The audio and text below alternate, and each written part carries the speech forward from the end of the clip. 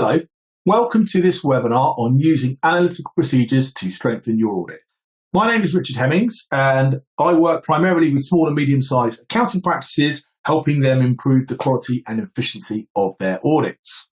So in this webinar, we will be first of all looking at different types of analytical review and picking up on different stages of the audit process when we will be using analytical review procedures. I'll then spend a bit of time talking in more depth about substantive analytical procedures that we'll do as part of our fieldwork testing. And then towards the end, we'll be looking at some common examples of those procedures and some of the common issues that we find in practice where these procedures don't go according to plan. So let's start off then by having a look at the definition in the auditing standards of analytical procedures. So it says, for the purpose of the ICES, the term analytical procedures means evaluations of financial information through analysis of plausible relationships among both financial and non-financial data. So the key thing to pick up in that one is about relationships. And the word that's kind of missing from that actually is expectations.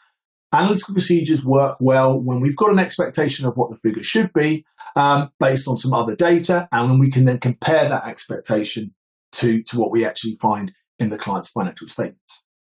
The definition goes on to say analytical procedures also encompass such investigation as is necessary of identified fluctuations or relationships that are inconsistent with other relevant information or that differ from expected values by a significant amount. And this part of the definition really is picking up on the idea that where we do see something that's outside of our expectations, we need to follow it up. We need to get explanations for those variances and we need to corroborate those explanations. Okay, so now we're comfortable with what analytical procedures are. Let's have a look at the different types of analytical procedures that we'll see across an audit. And these are kind of dictated really by the phase of the audit or stage of the audit in which we'll carry them out. So first of all, we've got preliminary analytical review. And this is covered in ISA 315. So that's the auditing standard that deals with risk assessment procedures and understanding the entity. And the purpose of preliminary analytical review, and this is really important, is actually to identify potential risks of material misstatement.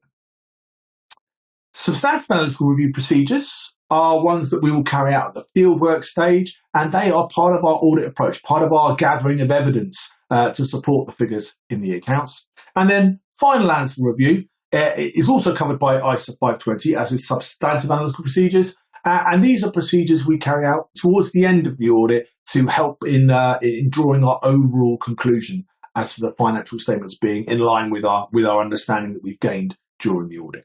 So those are our three main types of analytical review procedures. And I'm just going to talk a little bit about preliminary analytical review and final analytical review to start with, and then we'll spend the rest of our session thinking about substantive analytical review procedures.